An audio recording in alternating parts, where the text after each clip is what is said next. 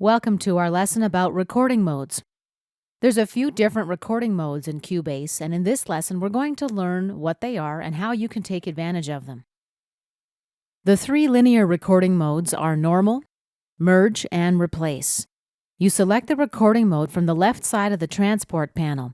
If you don't see the recording mode options, just right-click anywhere on the transport panel and make sure Record Mode is checked. When you record audio, Normal and Merge are the same.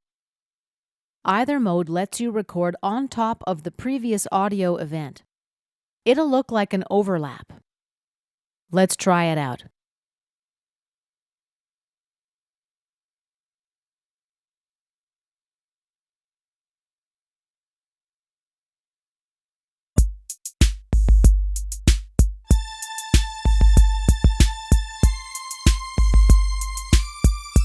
And stop.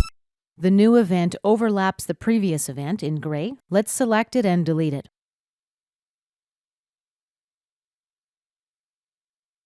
If you select Replace mode, the new recording won't overlap the previous recording. It actually cuts the audio at the recording start point and replaces it with the new recording. The event is not permanently deleted. You can still recover it later.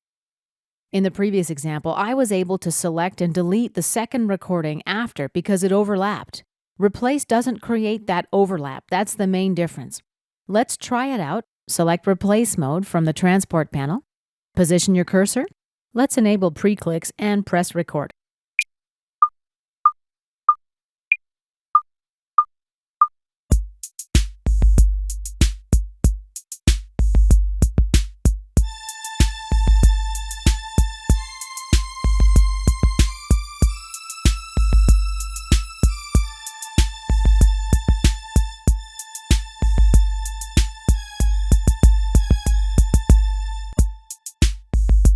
And let's stop.